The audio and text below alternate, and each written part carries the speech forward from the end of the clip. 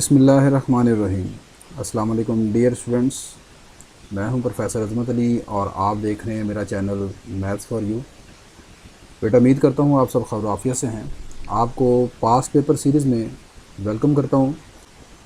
आज के लेक्चर में मैं बीएस मैथमेटिक्स फिफ्थ सेमेस्टर के जो स्टूडेंट्स हैं फ्रॉम पंजाब यूनिवर्सिटी, उनके लिए 2022 में आया हुआ एक पास्ट पेपर जो है रियल एनालिसिस 1 में से सॉल्व करने जा रहा हूँ। इससे पहले मैंने 2018 का जो पेपर है वो अपलोड कर चुका हूँ और उसके अलावा इस पूरे कोर्स रियल एनालिसिस 1 की जो कंप्लीट प्लेलिस्ट है उसका लिंक भी डिस्क्रिप्शन बॉक्स में मौजूद है। आप उस लिंक पर क्लिक करके 2018 वाला पेपर भी देख सकते हैं और उसके अलावा पूरे कोर्स को भी अगर आप देखना चाहें तो देख सकते हैं।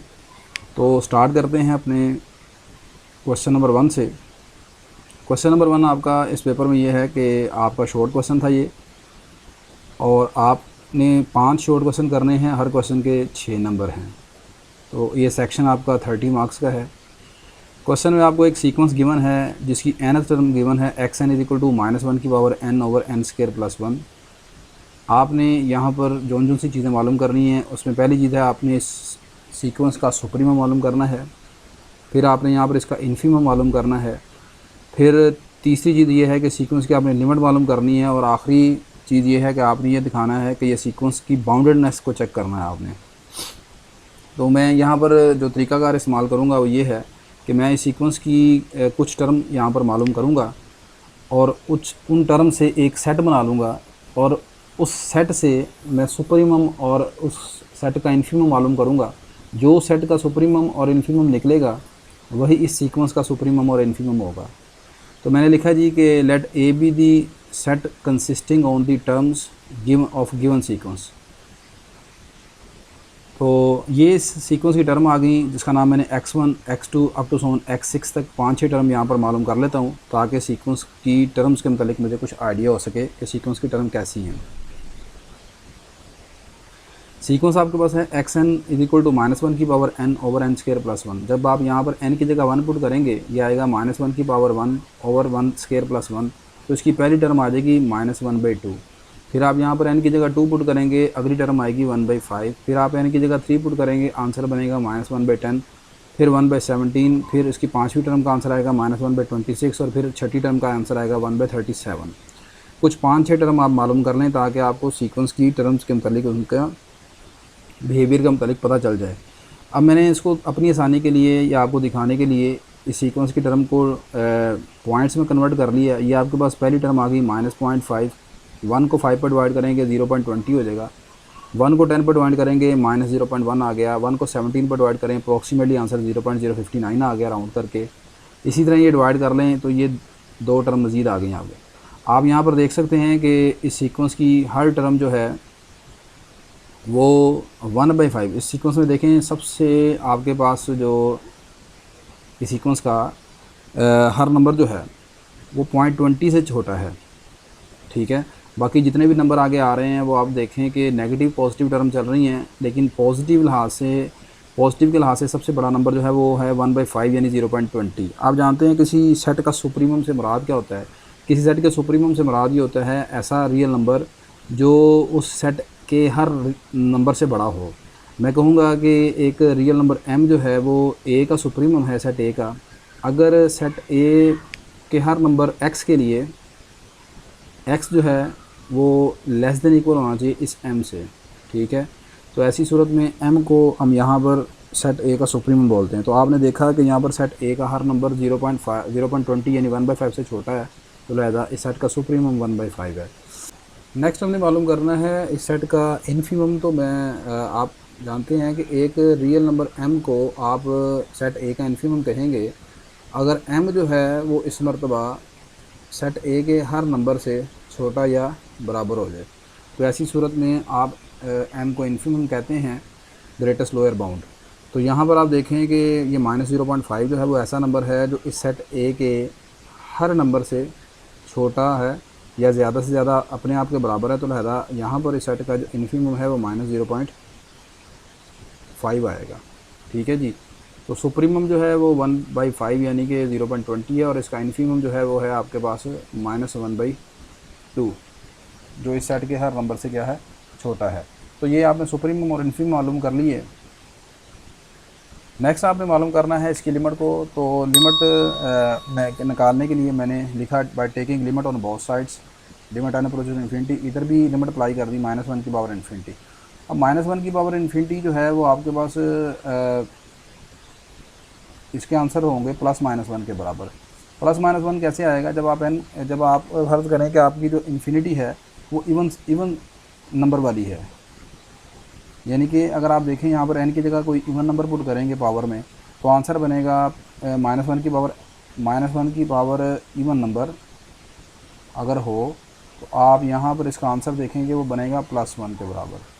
और अगर -1 की पावर हुई ओड तो ऐसी सूरत में इसका आंसर बनेगा -1 के बराबर। तो लिहाजा यहाँ पर -1 की पावर इन्फिनिटी जो है वो +-1 के बराबर आएगी। और नीचे आपने n की जगह इन्फिनिटी पुट किया, ये बन गया इन्फिनिटी का स्क्वायर +1। तो 1/इन्फिनिटी हो या -1/इन्फिनिटी हो, आंसर 0 के बराबर आ गया। इस सीक्वेंस की जो लिमिट है वो आपके पास किसके बराबर है, 0 के बराबर है। Next and last, next we check boundedness of the sequence. आप जानते हैं कि एक सीक्वेंस को हम बाउंडेड कहेंगे अगर उस सीक्वेंस की हर टर्म जो है वो किसी पॉजिटिव रियल नंबर m से लेस देन इक्वल हो, ठीक है। और m क्या है, एक पॉजिटिव रियल नंबर है। हर सीक्वेंस, इस सीक्वेंस की अगर हर टर्म का जो एब्सोल्यूट है वो लेस देन इक्वल हो m से, और m एक यहाँ पर पॉजिटिव रियल नंबर है, तो ऐसी सूरत में m हम कहेंगे ये सीक्वेंस है वो m से बाउंडेड है। तो आपने देखा कि here each term of the sequence is less than equal to 1/5 in absolute या एब्सोल्यूटली, डैट इज़ xn का एब्सोल्यूट जो है वो लेस देन इक्वल है 1/5 के, hence the given sequence is bounded and bounded by 1/5, ठीक है। तो ये आपके पास क्वेश्चन नंबर 1 था, short question. Next question number 2 की तरफ मूव करते हैं। क्वेश्चन नंबर 2, फर्स्ट का जो 2 क्वेश्चन है वो ये है जी, आपने discuss the convergence of sequence. Sequence की कन्वर्जेंस आपने उसके मतलब यहाँ पर बताना है कि सीक्वेंस कन्वर्ज करता है या डाइवर्ज करता है। जबकि आपको ये चीज़ गिवन है कि सीक्वेंस की जो फर्स्ट टर्म है x1 = 1 है और x2 जो है वो 2 के इक्वल है, ठीक है जी। जबकि इस सीक्वेंस की nth टर्म जो है वो इंडक्टिव रिलेशन से, ये इस रिलेशन से गिवन है कि xn जो है वो बराबर है हाफ ऑफ xn-2 + xn-1। मिसाल के तौर पर यहाँ पर अगर आप x3 निकालना चाहते हैं तो x3 इस तरह निकलेगा 1/2, n की जगह 3 पुट करेंगे, ये बनेगा आपके पास x1 + x2। अब आप यहाँ पर x1 की वैल्यू अगर आप पुट कर लेते हैं, x1 1 है और x2 2 है, तो आंसर बनेगा 3/2। तो ये इसकी तीसरी टर्म का आंसर आ गया 3/2। लेकिन यहाँ पर हमने इस सीक्वेंस की टर्म्स मालूम करने की ज़रूरत नहीं है, ये जस्ट आपको मैंने बताया है कि ये सीक्वेंस की टर्म्स कुछ इस तरीके से आप हासिल कर सकते हैं। यहाँ पर जो मैं मेथड इस्तेमाल करूँगा इसकी कन्वर्जेंस और डाइवर्जेंस प्रूफ करने के लिए, वो एक रिज़ल्ट है हमारे पास। अगर हमारे पास एक सीक्वेंस xn है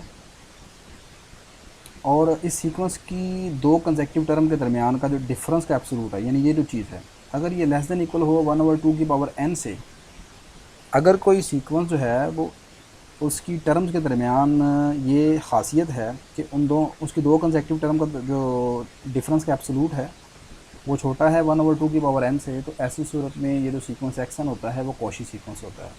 अगली बात ये है कि हम जानते हैं कि हर कॉशी सीक्वेंस जो है, हर Cauchy sequence in R convergent होता है।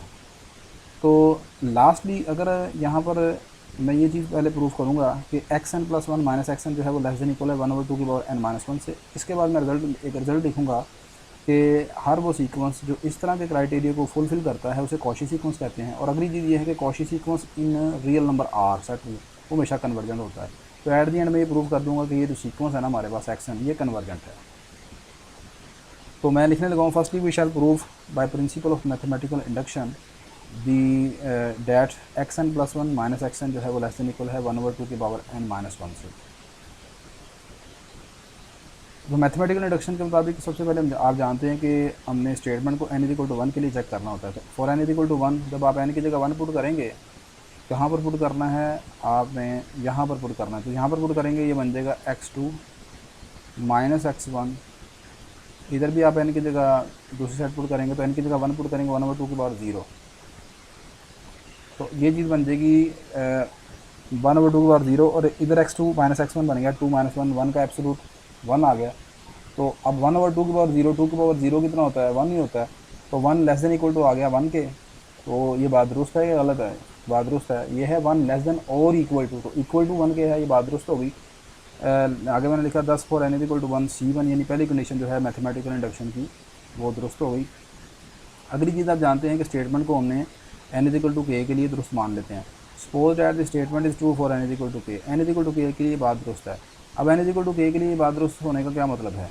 N is equal to k लिए बात दुरुस्त होने का मतलब है कि यहाँ पर अगर आप एन की जगह के पुट कर देते हैं इस इनक्वालिटी में, तो ये चीज़ बन जाएगी एक्स की पावर के प्लस 1 माइनस एक्स की power k less than equal to 1/2 की पावर के माइनस 1। इस चीज़ को हम लेके चलेंगे अब दुरुस्त मानकर।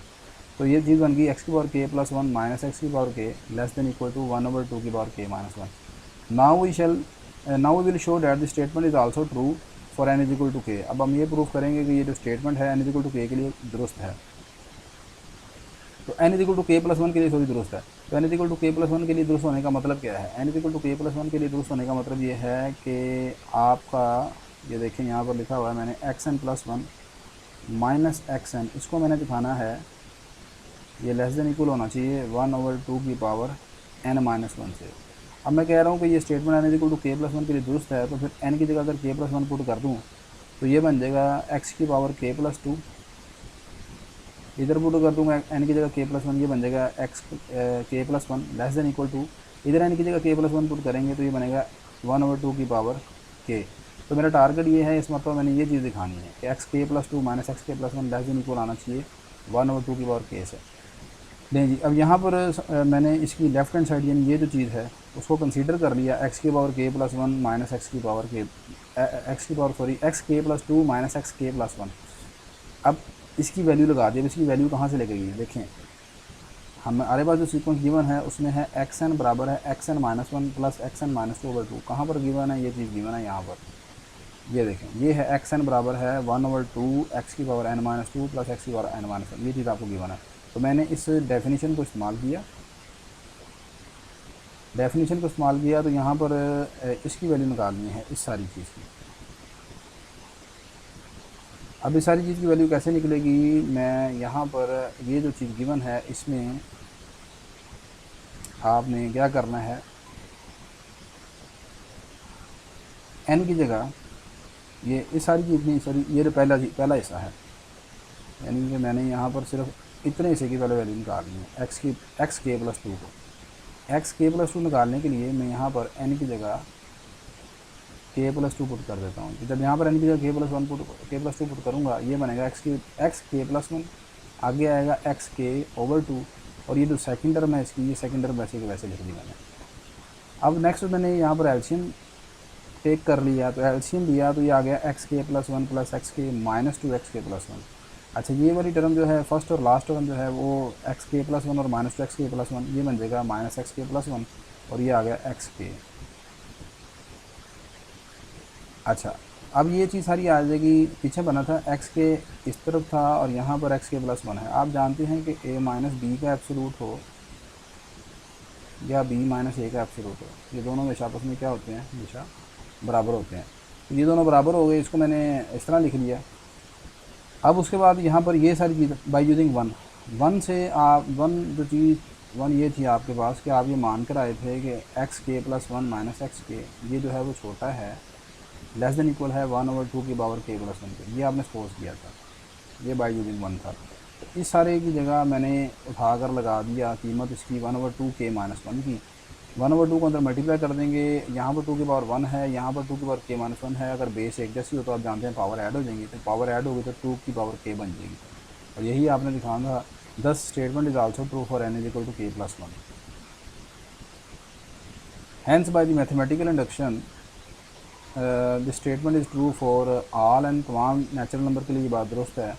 लिहाजा x n plus 1 minus x n less than equal है 1/2 की पावर एन माइनस 1 से। आगे मैं यहाँ लिख रहा हूँ next by using the theorem. अब मैं इस थ्योरम को इस्तेमाल करने लगा हूँ जिसको मैंने शुरू में आपको बताया है। उस थ्योरम की आपने बीच में स्टेटमेंट लिखनी है। Next by using the theorem which says that sequence action satisfies inequality 1। ऐसा सीक्वेंस जो इनक्वालिटी 1 यानी ये वाली इनक्वालिटी को सेटिस्फाई करता है, उस सीक्वेंस को आप हमेशा काशी सीक्वेंस कहते हैं। और फर्दर ये आपने लिखना है कि further as every Cauchy sequence in R हर कॉची सीक्वेंस है आर में वो, और आर क्या है, एक कंप्लीट मैट्रिक्स स्पेस है।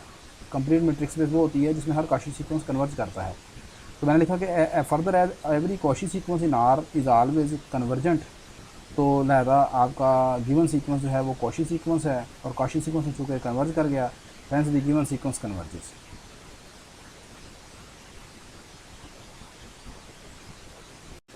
नेक्स्ट क्वेश्चन नंबर 1 का जो थर्ड पार्ट है उसमें आपको कहा जा रहा है कि आपको एक सीरीज़ दी है और आपने इस सीरीज़ की कन्वर्जेंस और डाइवर्जेंस के मतलब बताना है कि सीरीज़ कन्वर्ज करती है या डाइवर्ज करती है। मैंने लेट कर लिया कि सीरीज़ की एन टर्म जो है वो ए एन है और वो है 1/n² - n+1। मैं इस सीरीज़ का जो कंपैरिजन है वो आयलर सीरीज़ के साथ करवाने जा रहा हूँ। और आयलर सीरीज़ आप जानते हैं कि इस सीरीज़ को आप आयलर सीरीज़ कहते हैं, समेशन 1/n²। तो अब इस सीरीज़ की एन टर्म का नाम मैंने बी एन रख लिया, 1/n² आ गया।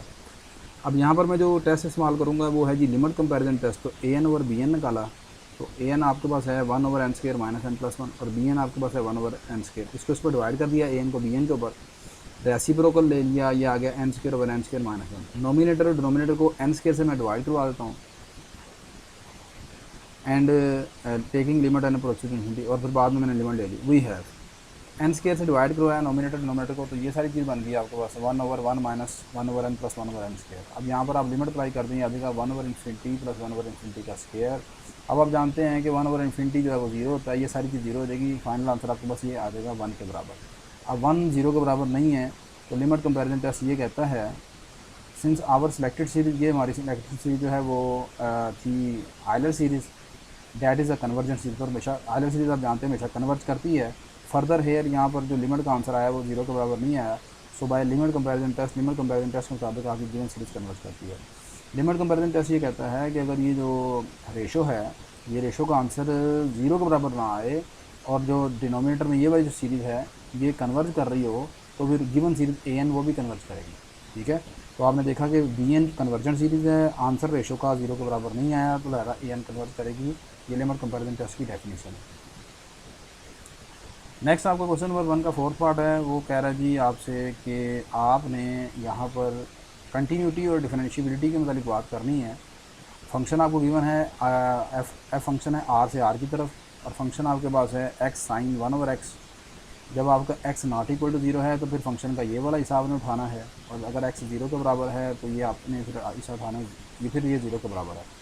कंटिन्यूटी का जहाँ तक ताल्लुक़ है, मैं जैसे कि आपको बता चुका हूँ कि मैंने 2018 का एक पेपर अपलोड किया है, तो आप 2018 का क्वेश्चन नंबर 2 का 5th पार्ट जाके देख लें, उसमें मैंने ये कंटिन्यूटी के मतलब बात कर चुका हूँ। मैं 2018 में ये क्वेश्चन आ चुका है शॉर्ट क्वेश्चन में, लेकिन वहाँ पर दूसरे का 5वां पार्ट में सिर्फ कंटिन्यूटी की बात की गई है, वहाँ पर डिफरेंशिएबिलिटी नहीं है। तो यहाँ पर इस पेपर में आपको डिफरेंशिएबिलिटी के पहले भी पूछा गया है, तो नेक्स्ट में यहाँ पर इसकी डिफरेंशिएबिलिटी के मतलब बात करने जा रहा हूँ।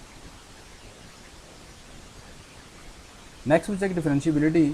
तो as we know that a continuous function y equal to f of x is called differentiable function if the following limit exist. आप जानते हैं कि फंक्शन का जो डेरिवेटिव होता है एफ डैश एक्स, उसका फार्मूला ये होता है f of x plus delta x minus f of x over delta x limit delta x equal to 0। आप जानते हैं मैंने यहाँ पर लिखा है कि फंक्शन जो है वो डिफरेंशिएबल होगा अगर ये जो लिमिट है ये एग्जिस्ट करती है। अगर ये लिमिट एग्जिस्ट करेगी तो फिर फंक्शन डिफरेंशिएबल होगा, अगर ये लिमिट एग्जिस्ट नहीं करती तो फिर फंक्शन डिफरेंशिएबल नहीं होगा। तो इस प्रीवियस हमने डिफरेंशिएबिलिटी चेक करनी है 0 के ऊपर, तो मैं यहाँ पर इस फार्मूले में एक्स की जगह 0 पुट करने लगा हूँ। तो यहाँ पर जब एक्स की जगह 0 पुट करूँगा तो ये यहाँ पर 0 हो जाएगा और यहाँ पर भी 0 हो जाएगा। कहीं यहाँ पर 0 नहीं पुट कर देना आपने, डेल्टा के आगे यहाँ पर 0 नहीं पुट कर देना। डेल्टा एक्स एक अलहदा रियल नंबर है, डेल्टा इंटू 0 नहीं कर देना आपने। तो यहाँ पर मैंने एक्स की जगह एक्स की जगह 0 पुट कर दिया, तो आपके पास जो ये वाली सारी साइड है, ये सारी साइड ये सिर्फ रह जाएगी F delta x minus f of 0 over delta x. तो ये बन गया F delta x minus f of 0 over delta x. अब आपका जो फंक्शन गिवन है उस फंक्शन में आप जाके देखें कि एफ ऑफ 0 पर आंसर जो था वो 0 के बराबर था। ये रहा एक्स इक्वल टू 0 पर फंक्शन का आंसर 0 के बराबर है, और जब आपका एक्स 0 के बराबर नहीं है यानी कुछ और है तो फिर आंसर ये वाला लेना आपने।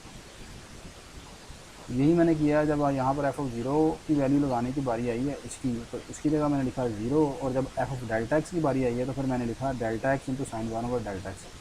क्योंकि आपका जो फंक्शन है जी जब 0 नहीं है फंक्शन एक्स की वैल्यू, तो फिर फंक्शन आपका इस तरह है एक्स इंटू साइन 1/x। तो मुझे वैल्यू चाहिए एफ डेल्टा एक्स की, तो मैं यहाँ पर एक्स की जगह क्या करूँगा, डेल्टा एक्स को रिप्लेस कर दूँगा। तो यहाँ पर एक्स की डेल्टा एक्स रिप्लेस किया तो डेल्टा एक्स आ गया, यहाँ पर डेल्टा एक्स रिप्लेस किया तो ये साइन 1/डेल्टा एक्स हो गया। अब अच्छा, अब ये वाला डेल्टा एक्स और ये वाला डेल्टा एक्स आपस में कैंसिल हो जाएंगे, ये आ जाएगा limit delta x to 0 sine 1/डेल्टा एक्स। अब साइन फंक्शन जो है वो आप जानते हैं, साइन फंक्शन जो होता है हमेशा उसकी वैल्यू -1 और +1 के दरमियान होती है। साइन एक बाउंडेड फंक्शन है, -1 और +1 के दरमियान इसकी वैल्यू है। तो जब आप इसकी जगह डेल्टा एक्स को लिमिट अप्रोच करेंगे तो उसका आंसर कोई ना कोई निकलेगा, लेकिन वो आंसर होगा -1 और +1 के दरमियान, लेकिन कन्फर्म नहीं है कौन सा होगा। तो मैंने लिखा कि अब इसकी लिमिट का आंसर आएगा some real number lies in -1 से +1 क्लोज इंटरवल। लेकिन सम रियल नंबर का मतलब पता नहीं ना कौन सा है, तो so limit does not exist, तो लिहाजा इसकी लिमिट नहीं एग्जिस्ट करती। Hence f of x is not differentiable, तो आपका फंक्शन जो है वो एक्स इज इक्वल टू 0 के ऊपर डिफरेंशिएबल नहीं है। Next and the last short question ये है कि आपको कहा जा रहा है कि आपने local maximum and local minima मालूम करना है। ये आपका फंक्शन ऑफ 2 वेरिएबल गिवन है, f of x y equal है एक्स की पावर 4 प्लस वाई की power 4 minus 4x y plus 1। जब भी लोकल मैक्सिमम और लोकल मिनिमम आपने मालूम करना होता है तो आप सबसे पहले यहाँ पर इस फंक्शन के 6 डेरिवेटिव मालूम करेंगे। पहला डेरिवेटिव है विद रिस्पेक्ट टू एक्स, तो partial f with respect to partial x आ जाएगा।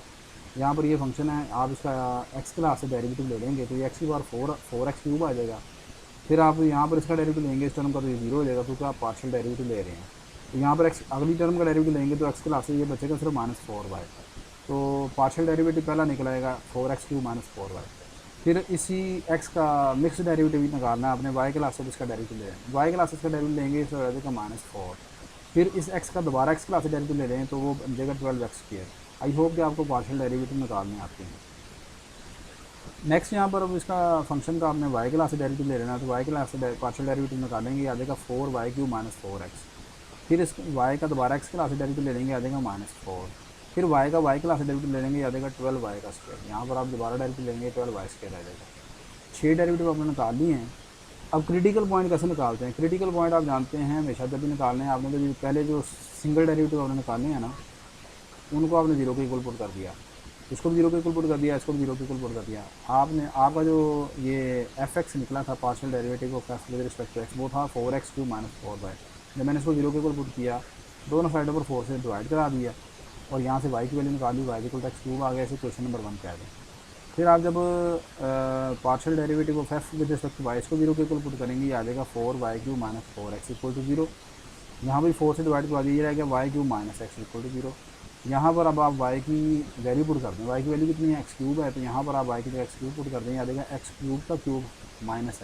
ये बन जाएगा x की पावर 9 -x। दोनों में से यहाँ से दोनों टर्म में से x कॉमन निकाल लेते हैं, ये रह जाएगा x इंटू एक्स की पावर 8 -1 इक्वल टू 0।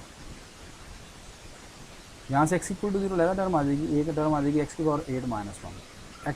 1 को उधर ले गया, दोनों तरफ पावर 1/8 ले ली, 8 रूट। अब 1 की पावर 1/8 जो है ना, इसके 8 आंसर हैं। कितने आंसर हैं? 8 आंसर हैं। लेकिन उन 8 आंसर में से 8 के 8 जो हैं वो रियल नहीं है, इसमें से 2 रियल होंगे और 6 कॉम्प्लेक्स होंगे। तो हमें कॉम्प्लेक्स नंबर की तो ज़रूरत नहीं है, तो आपके सिर्फ यहाँ पर 2 रियल नंबर निकलेंगे, +1 -1। लेकिन ये इसमें कोई मुश्किल चीज़ नहीं है। आप यहाँ पर जो nth रूट ऑफ यूनिटी है उसका फार्मूला भी लगा सकते हैं, लेकिन उसकी यहाँ पर ज़रूरत नहीं है। आपने सिर्फ ये देखना है कि कौन से 2 रियल नंबर ऐसे हैं जिनकी पावर 8 लेने से आंसर 1 आता है। तो 2 रियल नंबर जिनकी पावर 1 के बराबर है वो सिर्फ ये 2 हैं, 1 और -1, ये 2 रियल नंबर है। नहीं जी, तो अब आपने x की 2 वैल्यू निकाल ली है, y का आंसर निकालना है।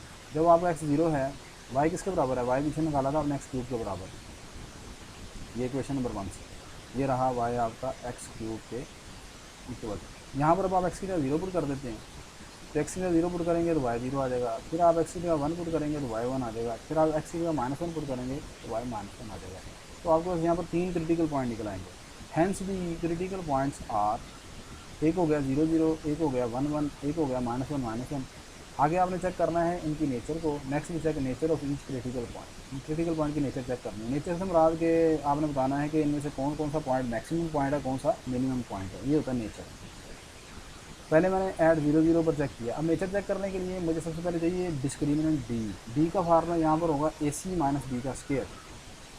और ए और सी कौन है? ए निकालने के लिए, ए का मतलब है ये जो फंक्शन के आपने 2 डेरिवेटिव निकाले ना एक्स क्लास से, इनकी वैल्यू निकालनी है 0 0 के ऊपर। फंक्शन का डबल डेरिवेटिव निकला था एक्स क्लास से 12x²। तो यहाँ पर आप एक्स का 0 पुट कर दें तो ए की कीमत कितनी आ जाएगी, यहाँ पर एक्स का 0 पुट करें तो 12 इंटू 0 का स्क्वायर ए 0 आ जाएगा। आगे आपको चाहिए बी का फार्मा ये होता है f x y minus of y x, और वो आपके पास निकला था -4 के बराबर। ये यहाँ पर आपके पास ये रहा एफ एक्स वाई 4 -4 है, और या एफ वाई एक्स वो भी -4 के बराबर है। ये मिक्स डेरिवेटिव बुलाते हैं, अब ये दोनों सेम निकले। अच्छा जी, तो यहाँ पर ये चीज़ आ गई -4 के बराबर। आगे आपने निकालना है सी, और सी है एफ़ का derivative with respect to y, double derivative, और वो आपके पास है। वो कितना निकलेगा, यहाँ पर ये चीज़ थी, ये निकली 12y²। वाई की जगह 0 पुट कर देंगे तो सी 0 आ गया। आगे मैं निकालने को डी, तो डी है ए सी माइनस बी का स्क्वायर। ए की कीमत भी 0, सी की कीमत भी 0, बी की कीमत है -4 का स्क्वायर आ गया। ये है बी आपका मिक्स डेरिवेटिव, ये आपका बी है। इसकी जगह इसको उठा के आपने यहाँ पर पुट कर दिया तो ये आंसर बन गया -4 का स्क्वायर -16। डी आ गया आपके पास <0। तो आपके पास डी अगर <0 आ जाए तो बस फिर क्या मतलब होता है, अगर डी <0 आ जाए तो ये तो क्रिटिकल पॉइंट आपका 0 0 है, जिसको आप चेक करेंगे सैडल पॉइंट कहलाता है। ठीक है, ये क्या कहलाता है, सैडल पॉइंट। सैडल पॉइंट जिसमें आप वन वेरिएबल में पॉइंट ऑफ इन्फ्लेक्शन पढ़ते हैं ना, जहाँ पर फंक्शन की वैल्यू ना तो मैक्सिमम होती है ना मिनिमम होती है, उसे सैडल पॉइंट कहते हैं यहाँ पर। अगर इसी तरह आप अगला पॉइंट पुट करेंगे A11 पर आप चेक करेंगे। पहले आपने ए निकाल लिया, ए क्या है फंक्शन का 2 मरतबा डेरिवेटिव इस क्रिटिकल पॉइंट पर, तो ये बनेगा 12 इंटू 1 का स्क्वायर। एक्स का यहाँ पर 1 पुट कर दें, ए यहाँ पर पॉजिटिव आ गया। बी की कीमत यहाँ पर -4 देगी, क्यों, बी है ही कॉन्स्टेंट, यहाँ पर ये निकाला हुआ आपने। बी की कीमत आ गई -4 के बराबर। सी निकालना है, सी का मतलब है एफ़ का 2 मरतबा derivative with respect to y. तो y की कीमत यहाँ पर कितनी है, ये एक्स भी 1 वाई भी 1, तो वाई यहाँ पर 1 आ गया तो सी की वैल्यू 12 आ गई। आगे आपने निकालना है डी, तो डी का फार्मूला है ए सी माइनस बी का स्क्वायर। ए की कीमत 12, सी की कीमत 12, बी की कीमत -4, 12 इंटू 12 144, और ये आ गया -16। 144 में से 16 माइनस कर दिया, 128 रह गया। अब यहाँ पर देखें, यहाँ पर चूँकि पहले था आपके पास डी आ गया था <0 नेगेटिव, तो फिर वो हो गया सैडल पॉइंट, लेकिन इसमें तो डी है पॉजिटिव। अब जब डी पॉजिटिव आ जाए तो फिर आपने ए को भी देखना है कि ए किस तरह का, क्योंकि यहाँ पर डी भी पॉजिटिव है ए भी पॉजिटिव है, तो ऐसी सूरत में ये जो 1 1 होगा ये आपका लोकल मिनिमम पॉइंट कहलाएगा। ठीक है, अगर डी भी पॉजिटिव हो ए भी पॉजिटिव हो तो फिर ये लोकल मिनिमम है, और अगर डी पॉजिटिव हो लेकिन ए नेगेटिव हो तो फिर ये लोकल मैक्सिमम है। लेकिन अगर डी खुद ही <0 आ जाए तो फिर ए को नहीं देखते, फिर इसमें सैडल पॉइंट होता है। अब इसी तरह ही आखिरी पॉइंट है -1, इस पर भी पहले ए निकाला, आंसर 12 आ गया। बी निकाला -4, या सी की कीमत 12 है। डी निकाला, डी फिर वही आएगा 128। ठीक है, ए भी पॉजिटिव और आपका डी भी पॉजिटिव आएगा, ये भी पॉइंट क्या है, लोकल मिनिमम है। ठीक है, तो ये आपके शॉर्ट क्वेश्चन ख़त्म हो गए, और नेक्स्ट अब हमने मूव करना है इसके लॉन्ग पार्ट की तरफ। नेक्स्ट आपका है जी लॉन्ग क्वेश्चन। लॉन्ग क्वेश्चन यहाँ पर आपको दिए हैं 3, और हर क्वेश्चन के 10 नंबर हैं टोटल, ये भी सेक्शन आपका 30 नंबर का है। पहला क्वेश्चन ये है, कहते हैं कि let f be defined on the interval a b. आपका एक फंक्शन ए बी जो है वो क्लोज इंटरवल ए बी के ऊपर डिफाइंड है। If f has a local maxima at point x belong to a b, और एफ जो है उसके अंदर ये खूबी है कि वो उसका एक लोकल मैक्सिमा एग्जिस्ट करता है इस क्लोज इंटरवल ए बी में किसी पॉइंट एक्स के ऊपर। And if F dash exist, और फर्ज कर लें कि इस फंक्शन का जो डेरिवेटिव वो एग्जिस्ट करता है, तो आपको ये प्रूव करना है कि जो फंक्शन का डेरिवेटिव है इस लोकल मैक्सिमम पॉइंट एक्स के ऊपर वो 0 के बराबर है। आप जानते हैं एक्चुअली ये कहना ये चाह रहा है कि एक्स यहाँ पर एक स्टेशनरी पॉइंट या क्रिटिकल पॉइंट है। आप जानते हैं क्रिटिकल पॉइंट या स्टेशनरी पॉइंट जो डिफरेंशिएबल फंक्शन होते हैं उनमें उसकी डेफिनेशन जो होती है, एक पॉइंट को आप स्टेशनरी पॉइंट कहेंगे या फिर क्रिटिकल पॉइंट यहाँ पर कह सकते हैं अगर फंक्शन का फर्स्ट डेरिवेटिव उनके ऊपर क्या हो, 0 के बराबर हो। ग्राफिकली मैं आपको चेक करवाता हूँ। असल में क्या नहीं चाह रहा, ये मेरे पास एक फर्ज करने फंक्शन बनाया मैंने, ये वो पॉइंट है जो यहाँ पर फंक्शन का मैक्सिमम पॉइंट है।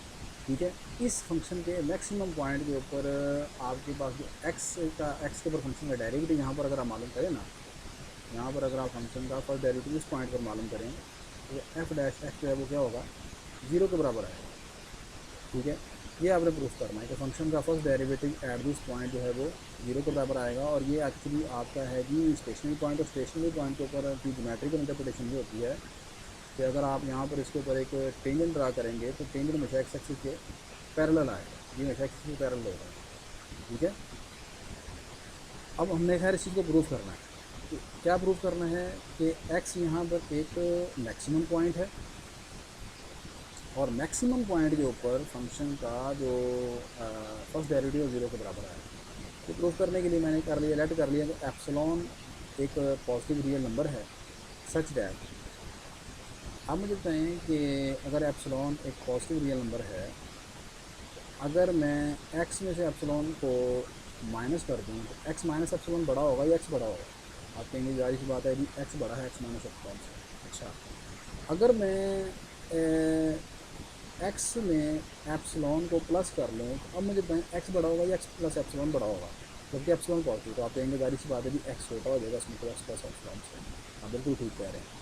अच्छा, अगली बात ये बताएं मुझे कि जब मैं कहता हूँ कि x बिलोंग करता है इस क्लोज इंटरवल ए बी से, तो ऐसी सूरत में मैं कह सकता हूँ कि a जो है वो x से छोटा है और x b से छोटा है। ये क्लोज इंटरवल की डेफिनेशन है। तो अगर x a और b के दरमियान है तो फिर हमेशा इस क्लोज इंटरवल ए बी का एक एलिमेंट है, तो फिर हमेशा x जो है वो a और b के दरमियान होगा। इन तमाम चीज़ों को मैं कंबाइन कर लेता हूँ, तो ये मैंने लिखा है सारा कि अगर एप्सिलॉन एक आपके पास पॉजिटिव रियल नंबर है तो फिर a छोटा होगा x माइनस एप्सिलॉन से, आगे से x माइनस एप्सिलॉन छोटा होगा x से, x छोटा होगा x प्लस एप्सिलॉन से, और b सबसे बड़ा नंबर होगा। अगली चीज़ आपने एक रिजल्ट ये पढ़ा हुआ है कि हर दो रियल नंबर के दरमियान इनफाइनाइट मैनी रियल नंबर होते हैं। There is infinite many real numbers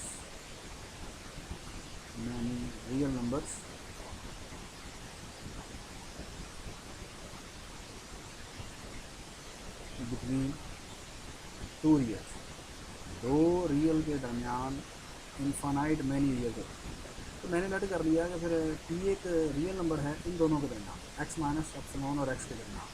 ठीक है, तो अगर ये इन दोनों के दरमियान है तो फिर मैं ऐसे लिखूँगा x माइनस एप्सिलॉन छोटा है t से और t छोटा है x। अच्छा, अब फिर क्या होगा? अगर फिर चेक कीजिएगा इस हिस्से को ज़रा देखें कि t किससे छोटा हो गया? x से छोटा हो गया। x यहाँ पर कौन है? मैक्सिमम पॉइंट है। अगर t छोटा है x से, t लेस देन था x से, तो फिर क्या मैं इसको t को दूसरी साइड पर शिफ्ट कर देता हूँ तो ये क्या हो जाएगा? x माइनस टी क्या हो जाएगा? Greater then 0। और इसी तरह एफ ऑफ एक्स जो है वो ग्रेटर दैन इक्वल हो जाएगा एफ ऑफ टी से। ये कैसे भाई? F of x F of T से बड़ा हो जाएगा या बराबर हो जाएगा ज़्यादा ज़्यादा, ये कैसे? ये इस तरह है कि एक्स आपका जो कि मैक्सिमम पॉइंट है, और मैक्सिमम पॉइंट किसे कहते हैं? लोकल मैक्सिमम पॉइंट आप उस पॉइंट को कहते हैं जिस पर फंक्शन जो है वो अपनी नेबरहुड में सबसे बड़ा हो।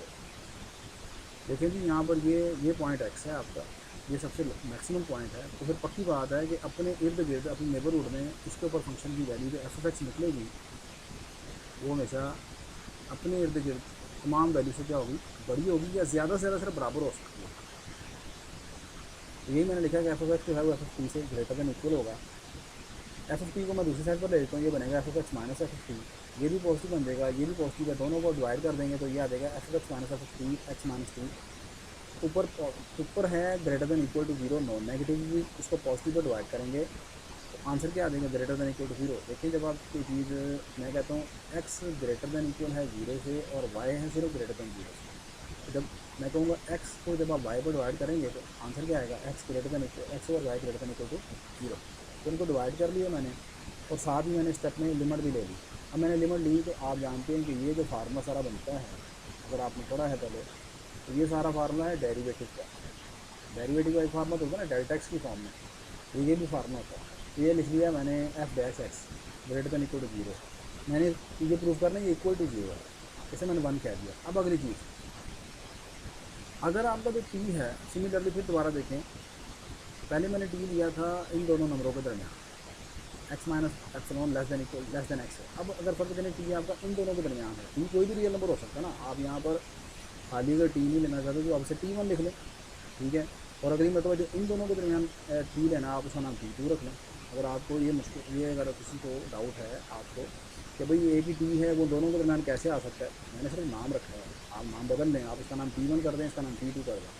लेकिन आपकी आसानी के लिए कि T1 T2 नहीं लेना चाहते तो मैंने कहा कि अगर टी वर्ग करें इन दोनों के दरमियान जो नंबर है उसका वो टी है। तो अगर आपका टी जो है वो इन दोनों के दरमियान है, एक्स और एक्स प्लस एप्सिलॉन के दरमियान है, ऐसी सूरत में फिर ज़रा इसी से को देखिएगा। एक्स लेस देन टी को, टी को मैं दूसरी साइड पर शिफ्ट कर देता हूँ तो इसमें तो आ जाएगा x minus t less than zero. फिर वही बात है कि जो आपका एक्स है वो उसके ऊपर फंक्शन की वैल्यू मैक्सिमम है, तो फिर जाहिर सी बात है इस मरतबा भी एफ ऑफ एक्स का आंसर हमेशा एफ ऑफ टी से बड़ा या बराबर होगा। ये नहीं कि इस मरतबा आप देखें कि एफ ऑफ एक्स छोटा हो गया या बराबर हो गया एफ ऑफ टी से, ऐसा नहीं गलती, ये गलती है, ये नहीं करना आपका फंक्शन का आंसर एक्स के ऊपर हमेशा क्या है, ग्रेटर देन इक्वल, हमेशा बड़ा होगा एक्स के ऊपर, हमेशा बड़ा होगा हर नंबर से। तो एफ ऑफ एक्स जो है वो ग्रेटर देन इक्वल आ गया एफ ऑफ टी से, एफ ऑफ टी को मैं दूसरी साइड पर शिफ्ट कर दिया और एक्स माइनस टी से डिवाइड कर दिया। अब देखेंगे जब मैं इसे दूसरी साइड पर शिफ्ट करूँगा तो ये जनाब बन जाएगा ऐसे, f of x minus f of t greater than equal to zero, ये है पॉजिटिव। और इधर ये क्वांटिटी बड़ी है नेगेटिव। जब किसी आप positive non negative quantity, non negative quantity, जब नॉन नेगेटिव क्वांटिटी को, यह है non negative quantity, non negative का मतलब क्या होता है, नॉन नेगेटिव का मतलब होता है greater than equal to zero, यानी पॉजिटिव प्लस जीरो।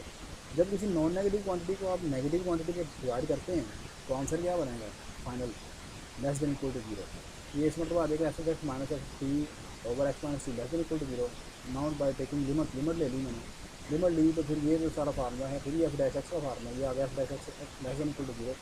टू और थ्री को वन को कंबाइन कर लें, ये कहता है कि यहाँ पर f dash x greater than equal to zero, greater than और इक्वल टू जीरो। यहाँ पर कहता है f dash x less than और इक्वल टू जीरो, तो दोनों में कॉमन कौन सी चीज़ है, इक्वल टू जीरो।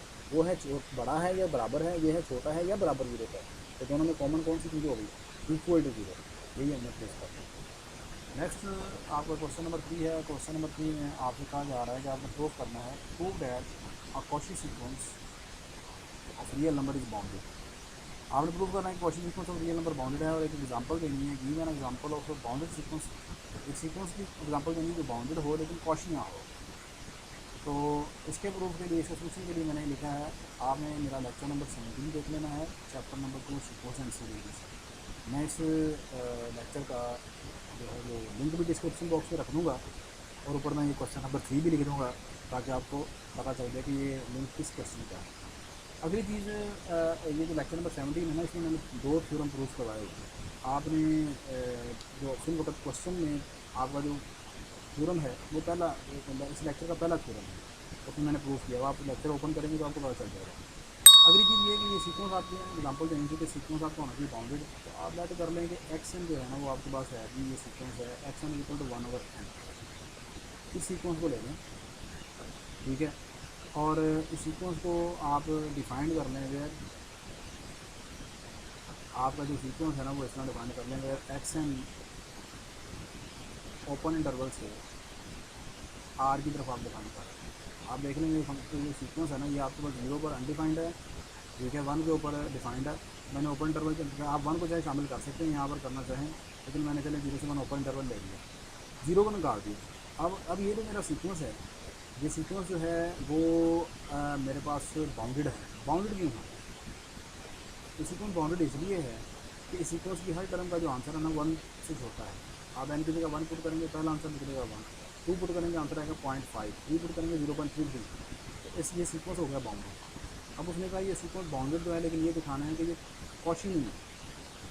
तो एक सीक्वेंस को हम कॉची सीक्वेंस कहते हैं अगर उसकी 2 टर्मों के दरमियान का जो एब्सोल्यूट है x n minus x n वो लेस देन होना चाहिए एप्सिलॉन से, या इसकी डेफिनेशन ये है कि अगर एक्स एन माइनस एक्सलॉन बच्चे से 0 हो तब जब आपका एम और एन जो है वो इन्फिनिटी के क्लोज हो। एक सीक्वेंस को आप कॉची सीक्वेंस करते हैं अगर x n minus x n difference का एब्सोल्यूट बच्चे से 0 हो जब आपका एम और एन इन्फिनिटी को अप्रोच करे।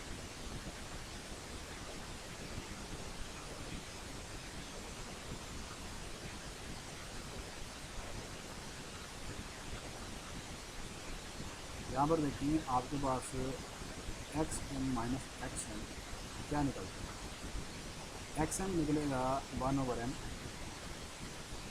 Minus 1/n। ये 0 को अप्रोच करेगा कब, जब आप m और n को यहाँ पर इन्फिनिटी अप्रोच करवा दें। This implies sequence x n is Cauchy sequence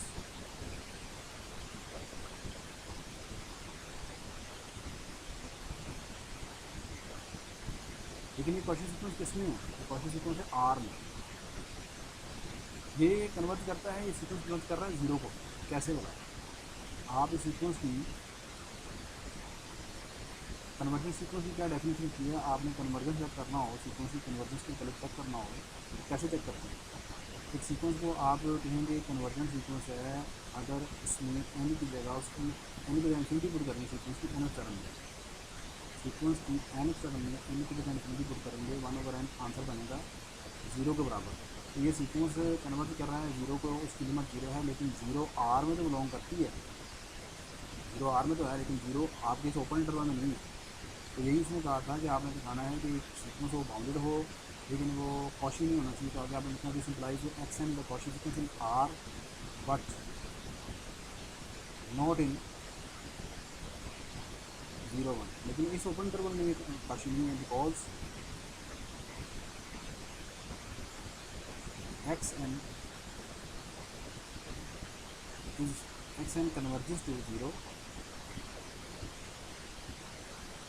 x n जो है वो कन्वर्ट कर रहा है जीरो को,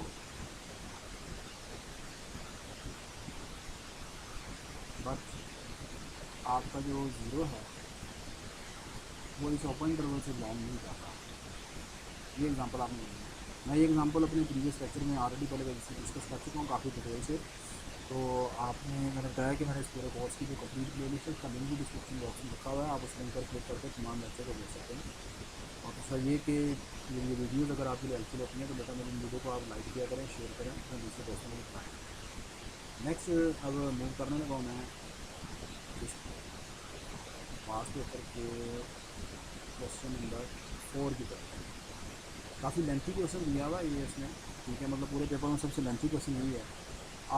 आपका क्वेश्चन नंबर जो 4 है, मुझे फ़ील हुआ कि शायद टैब पर जो मैंने वीडियोस बनाई हैं उस पर शायद आवाज़ जो थी मुझे थोड़ा सा उसमें डिस्टॉर्शन फ़ील हो रहा था, तो वो शायद क्लियर नहीं आ रही। आप मुझे लाजमन बताया करें कि अगर आवाज़ क्लियर ना हो या तस्वीर पिक्चर जो है वो ठीक तरीके से वीडियो नज़र ना आ रही हो, तो मुझे लाजमन जो है इस चीज़ के मतलब आप मैसेज किया करें ताकि मैं इन चीज़ों को इम्प्रूव कर सकूँ। तो next and the last question, question number 4 आपका थोड़ा सा लेंथी क्वेश्चन है ये। आपको function F x why you जो है फंक्शन है एफ एक्स वाई, यानी कि दो वेरिएबल वाला फंक्शन है। एक्स जो है वो आगे आर कोस थीटा के बराबर है और वाई जो है वो आर साइन थीटा के बराबर है, यानी कि इन शॉर्ट केस यू जो है वो फंक्शन होगा आर और थीटा का। आपने प्रूव करना है कि ग्रेडियंट स्क्वायर यू जो है वो बराबर है 1/r partial u over partial r plus partial square u over partial r square plus 1/r square partial square u over partial theta square.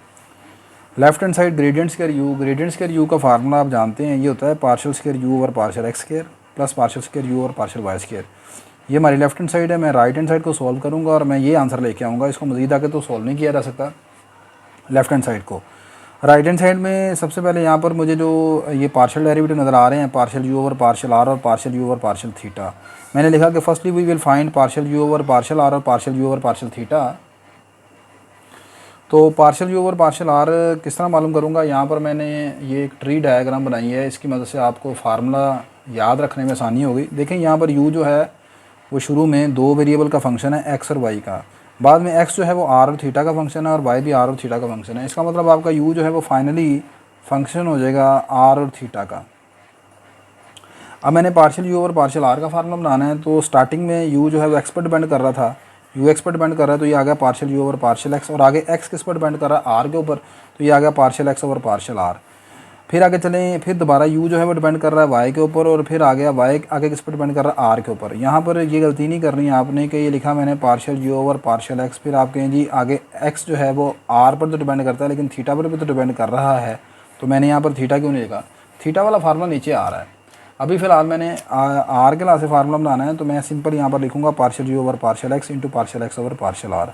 अगर आपने फार्मूला ठीक बनाया होगा तो उसकी पहचान ये है कि यहाँ पर मिसाल के तौर पर ये partial x over partial x को काट दूँ तो बाकी क्या चीज़ बचेगी, partial u over partial r, तो यही partial u over partial r इस तरफ लिखा हुआ है।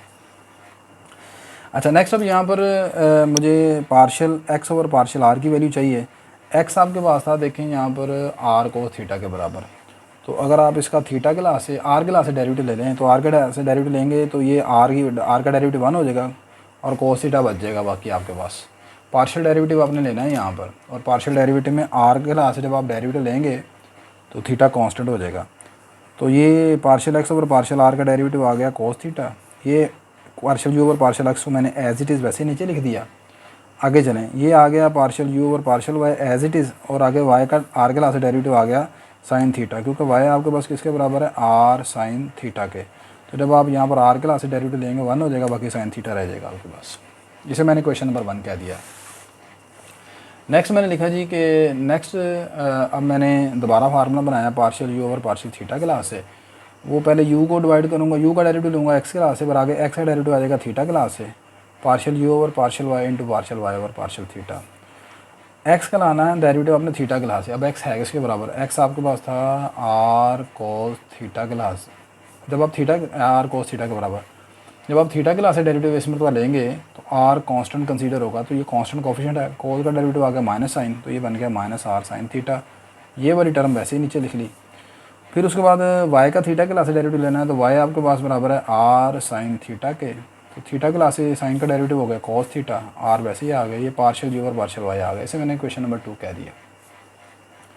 अब क्वेश्चन नंबर 1 और 2 में आपके पास जो इसकी राइट साइड है, इधर ये लेफ़्ट साइड, ये है partial u over partial theta, और इधर है partial u over partial x और partial u over partial Y.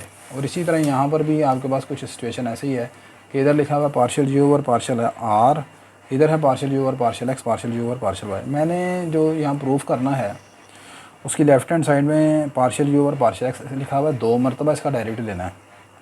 Partial square u over partial x square ये लेके आना है मैंने।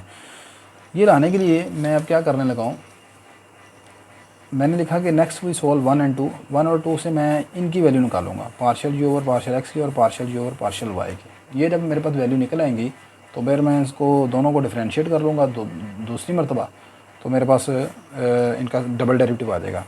अब मैंने कैसे इनकी वैल्यू निकालनी है, मैं यहाँ पर चाहता हूँ कि partial u over partial x को ख़त्म करना चाहता हूँ, इसे एलिमिनेट करना चाहता हूँ। तो कैसे ख़त्म करते थे, जैसे मिसाल के तौर पर आप लीनियर क्वेश्चन में करते हैं 3x + 5y = 8 लिखा हो मिसाल के तौर पर, और इधर लिखा हो 7x + 9y = 8।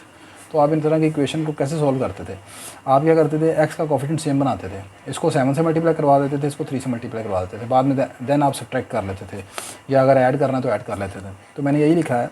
2 में partial u over partial x का कोफिशिएंट है -r sin थीटा, तो मैंने लिखा कि क्वेश्चन नंबर 1 को r sin थीटा से मल्टीप्लाई करवा देते हैं, और क्वेश्चन नंबर 2 को, क्वेश्चन नंबर 1 में ये लिखा हुआ है partial u over partial x के साथ क्या लिखा हुआ है, cos थीटा।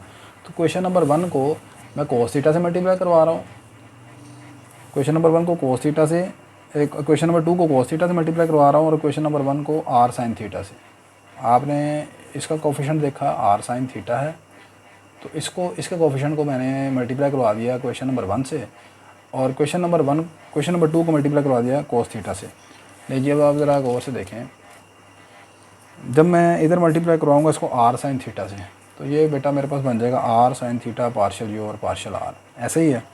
फिर उसके बाद इस सारी क्वेश्चन को भी r sin थीटा से मल्टीप्लाई करवा दिया। पहली रकम को r sin थीटा से मल्टीप्लाई करवाऊँगा, ये आ जाएगा r sin theta cos theta. अगली टर्म है पार्शियल यू और पार्शियल एक्स, ये आ गया। फिर इसको r sin थीटा से मल्टीप्लाई करवाया इस रकम को, ये आ गया r sin square theta partial u और पार्शियल वाई।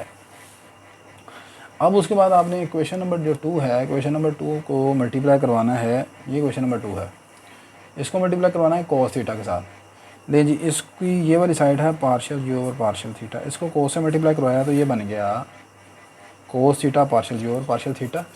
इसको cos से मल्टीप्लाई करवाया तो ये आ गया -r sin theta cos theta partial u और पार्शियल वाई, और इसको मल्टीप्लाई करवाया तो यह बन गया r cos के थीटा पार्शियल यू और पार्शियल वाई।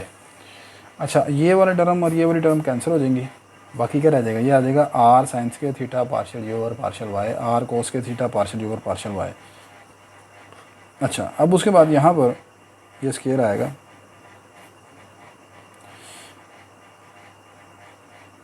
नहीं सॉरी यहाँ पर नहीं, ये वाली साइड लिखी है r sin theta partial u और पार्शियल r, ये सही लिखा हुआ है, ऐसे ही रहेगा।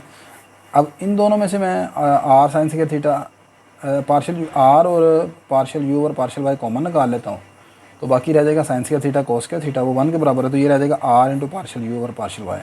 इसके साथ r मल्टीप्लाई हो रहा है, दोनों साइड से आप डिवाइड करवा देंगे इसको r से, तो ये रह जाएगा जी आपके पास पार्शियल यू और पार्शियल वाई साइन थीटा, मतलब ये तो आर से मल्टीप्लाई करवा दें, साइन थीटा पार्शियल यू और partial r 1/r cos theta partial u over partial theta. ये मेरे पास क्वेश्चन नंबर 3 आ गई और किसकी वैल्यू निकल आई है, partial u over partial y की। इस वैल्यू को उठाकर आप अपनी क्वेश्चन नंबर 1 में पुट कर दें और इसकी वैल्यू निकालें partial u over partial x की। तो अब मैं यहाँ पर आपको ट्रिक भी शेयर कर रहा हूँ, क्योंकि ये इस तरीके से अगर आप वैल्यू पुट करेंगे तो काफ़ी लेंथी हो जाएगा काम यहाँ पर। तो मैं ट्रिक बताने लगा आपको क्या करना है आपने भला आगे। मैंने लेकिन आपने लिखना ऐसे ही है, लिखा मैंने आगे मैंने लिखा जी पुट 3 in 1, 3 को क्वेश्चन नंबर 1 में पुट किया and solving for partial u over partial x. वही है partial u over partial x की आपने वैल्यू निकालनी है। तो मैं बताता हूँ, आपने पुट करने की ज़रूरत नहीं है, ट्रिक याद रखना है आपने। वो ट्रिक ये है कि ये जो आपने क्वेश्चन नंबर 3 बनाई है ना, जिसमें आपने partial u over partial y मालूम किया है, इस इक्वेशन में ट्रिक आप ये इस्तेमाल करें कि साइन थीटा को कोस थीटा से इंटरचेंज कर दें, साइन थीटा को कोस थीटा लिख दें, कोस की जगह साइन लिख दें और प्लस को माइनस से बदल दें। ठीक है, ये ट्रिक आपको काम करेगा यहाँ पर। तो ये देखें जी, यहाँ पर बिल्कुल ऐसे ही करने से ना आप अपने तौर पर इसे वेरीफाई कर सकते हैं। Partial u over partial x की कीमत आएगी cos theta partial u over partial r -1/r sine theta partial u over partial theta. ये आ गया आपके पास, दोनों सिंगल डेरिवेटिव आ गए। मैंने लिखा next we find partial square u और अब आपने दोबारा इसका डेरिवेटिव लेना है, ये और ये मालूम कर रहे हैं। यहाँ पर एक और मज़ीद नई चीज़ मैं आपको बताऊँगा, वो आपने शायद पहले नहीं देखी होगी। पार्शियल स्क्वायर यू और पार्शियल एक्स स्क्वायर को हम ऐसे लिखते हैं ना, partial u over partial x का दोबारा डेरिवेटिव लेना है, पार्शियल ओवर पार्शियल एक्स। लेकिन जी partial u over partial x की मैंने वैल्यू लगा दी, आगे cos theta partial u over partial r -1/r sine theta partial u over partial theta. इसका लेना है हमने एक्स के लासे डेरिवेटिव, जो ज़ाहरी तौर पर नज़र आ रहा है। अब मुझे बताएं इसमें एक्स के लासे इसका डेरिवेटिव कैसे लिया जाए, क्योंकि यहाँ पर आपने देखा कि u जो है वो डिपेंड कर रहा है, यहाँ पर u फंक्शन था r और थीटा का। ठीक है, तो इसका x के लासे डेरिवेटिव कैसे लिया जा सकता है। यहाँ पर मैं जो आपको नई चीज़ टेक्निक बताने लगा हूँ वो थोड़ा गौर से सुनिएगा। बाहर लिखा हुआ पार्शियल ओवर पार्शियल x, अंदर लिखा हुआ partial u over partial x। Partial u over partial x की ये सारी वैल्यू है। अगर मैं आपको कहूँ मुझे सिर्फ इसकी वैल्यू निकाल के दिखाएं पार्शियल ओवर पार्शियल x की, तो इसकी वैल्यू क्या बनेगी आपको पता है? इसकी वैल्यू ये बनेगी, देखो यहाँ पर जब आपका u है ना, तो आपने यहाँ पर भी u लिखा, यहाँ पर भी u लिखा, ऐसे ही है। अगर इन वैल्यूज़ में से आप u को ख़त्म कर दें, इसको आप ख़त्म कर दें, यहाँ पर भूल जाएँ, तो बाकी क्या चीज़ बचेगी? बाकी आपके पास ये चीज़ बचेगी cos theta partial over partial r -1/r sine theta partial over partial theta. ये जो सारी वैल्यू है ना, ये पार्शियल ओवर पार्शियल एक्स की वैल्यू है। ठीक है, तो ऐसी सूरत में जब आप यहाँ पर इसका दोबारा डेरिवेटिव नहीं ले सकते, तो फिर पार्शियल ओवर पार्शियल एक्स की वैल्यू ये बनती है। सही है, ठीक है जी, इस चीज़ को आपने याद रखना है, ये एक नई चीज़ है शायद आपके लिए, शायद आपने पहले ना देखी हो इसको। नहीं जी, अब सिंपल आपने इनका लेना है इन प्रोडक्ट, इनके मल्टीप्लिकेशन। अब आप जरा गौर से देखिएगा, मैं मल्टीप्लाई करवाने लगा हूँ। पहली वैल्यू को इससे मल्टीप्लाई कराया, ये आ गया cos square theta partial square u over partial r square. ये इसके ऊपर जब अप्लाई, इसके ऊपर आपने अप्लाई किया तो पार्शियल स्क्वायर यू और पार्शियल आर स्क्वायर आ गया। अब आगे इसने आपने अप्लाई करना है इसको दोबारा अगली दूसरी टर्म पर, और दूसरी टर्म में कौन कौन सी टर्म है, कौन कौन सी वैल्यू है? एक तो साइन थीटा है, 1/r है, और ये partial u over partial theta है।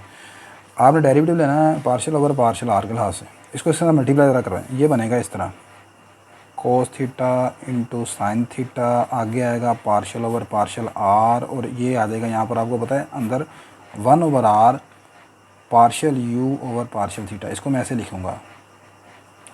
देखो जब आप कह रहे होंगे कि ये तो चले समझ आती है कि आर के लासे से हमने डेरिवेटिव लेना तो अंदर 1/r आ गया, लेकिन ये तो थीटा वाली वैल्यू है, ये सिर्फ थीटा नहीं है। देखें आपने यू का डेरिवेटिव लिया हुआ है यहाँ पर थीटा के लिहाज से, लेकिन यू बताते खुद किसका फंक्शन है? यू बताते खुद किसका फंक्शन है? यू फंक्शन है आर और थीटा दोनों का।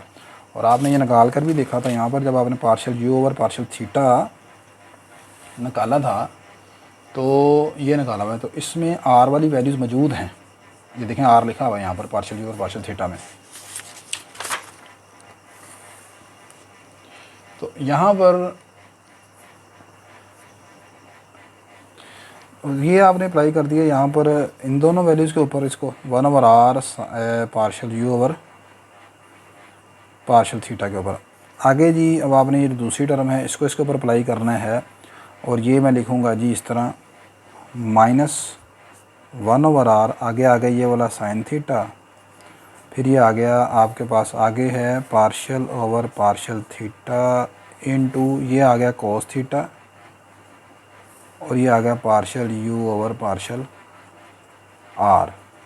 क्लियर होगी बात? ये आगे चलें, माइनस माइनस प्लस 1/r का स्केयर, फिर ये आपके पास आएगा ये वाला साइन थीटा, आगे आ गया पार्शियल ओवर पार्शियल थीटा, और पार्शियल ओवर पार्शियल थीटा आपने किसके ऊपर अप्लाई करना है, इन दो वैल्यूज़ के ऊपर जिनमें थीटा है, वो आ गई sign theta into partial u over partial theta. ये वैल्यूज़ लिखनी यहाँ पर ज़रूरी थी ताकि आपको पता चले स्टेप का। अब उसके बाद मैं इस पर लगाऊंगा प्रोडक्ट रूल, ठीक है, इस पर भी प्रोडक्ट रूल, इस पर भी प्रोडक्ट रूल, तो फाइनल आंसर जो आपके पास बनेगा ना वो कुछ इस तरह बनेगा। ले जी, प्रोडक्ट रूल मैंने बेटा अप्लाई कर दिया, ये सारी चीज़ कुछ इस तरीके से सारी सिचुएशन बनती है। अब ये थोड़ी सी कैलकुलेशन आप कर सकते हैं। यहाँ पर देखें, ये पहली टर्म है, इस पर प्रोडक्ट रूल अप्लाई करेंगे, इसका पहले इसका डेरिवेटिव लेंगे आर क्लास से, ये आ जाएगा -1/r का स्केयर, ये मैंने लिख दिया -1/r का स्केयर। आगे उसके बाद ये चीज़ आ गई partial u over partial theta as it is, यहाँ पर थोड़ी सी मिस्टेक हुई, यहाँ पर स्केयर नहीं आएगा, पार्शियल यू और पार्शियल थीटा आ जाएगा। आगे अब 1/r एज इट इज़ आ जाएगा, इसका डेरिवेटिव आएगा जब थीटा आर पार्शियल यू और पार्शियल थीटा का इस रकम का दोबारा जब डेरिवेटिव लेंगे आर के लिहाज से, ये बनेगा आपके पास 1/r पार्शियल स्केयर यू और पार्शियल आर पार्शियल थीटा। इसी तरह बाकी तमाम टर्म का आप भी यहाँ पर वीडियो को पॉज करके रोक कर देख सकते हैं। इन तमाम का जब पार्शियल डेरिवेटिव लेंगे ना तो ये सारी चीज़ बन जाएगी जो मैंने आपके सामने लिखी हुई है। अब इसको थोड़ा सा मज़ीद सॉल्व करते हैं। ये आपके पास आएगा जी partial square u over partial x का स्केयर इक्वल टू, ये पहली टर्म आ गई, cos square theta into partial square u over partial r का स्केयर। आगे इसको मल्टीप्लाई करवा देते हैं अंदर, ये आ जाएगा minus minus plus cos theta into sine theta over r का square into partial u over partial theta. फिर इसको अंदर मल्टीप्लाई करवाएं, ये आ जाएगा minus cos theta into sine theta over r into partial square u over partial r into partial theta. ठीक होगी बात ये।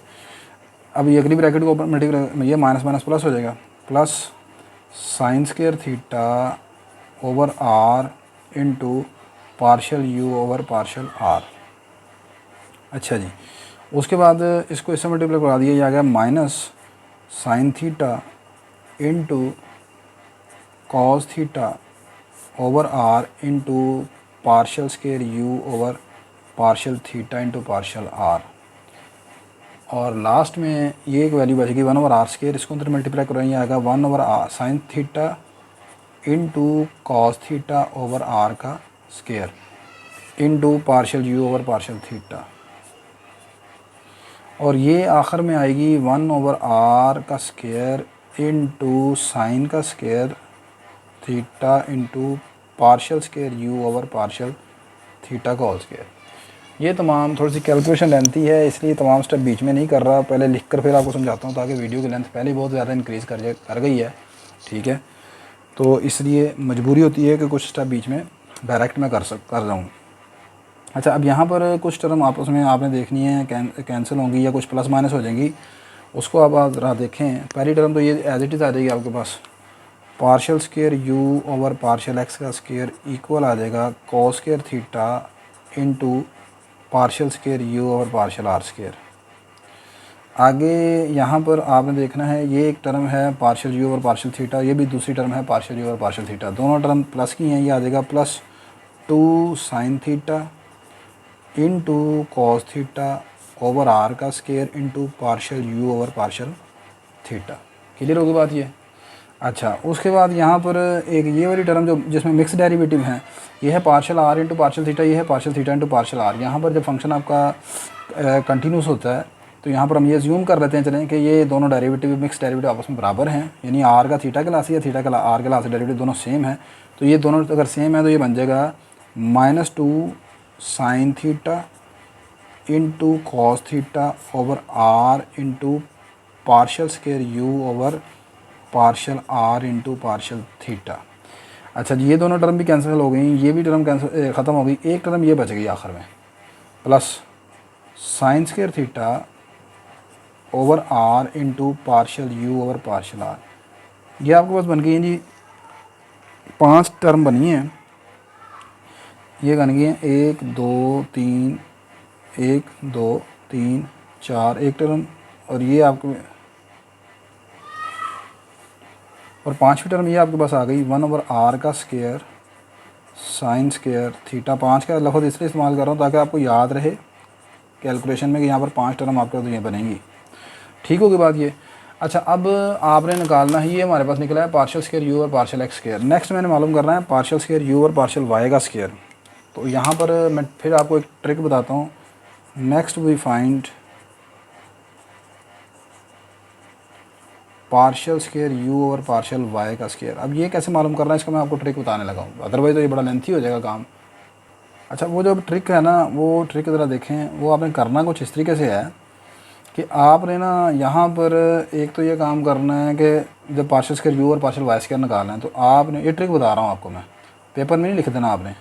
आपने कोस स्क्वायर थीटा को साइन स्क्वायर थीटा से रिप्लेस कर दें, यानी जहाँ जहाँ पर कोस स्क्वायर लिखा है वहाँ पर साइन स्क्वायर थीटा लिख लें, और जहाँ साइन स्क्वायर लिखा है वहाँ कोस स्क्वायर थीटा लिख दें। एक तो काम ये आपने करना है।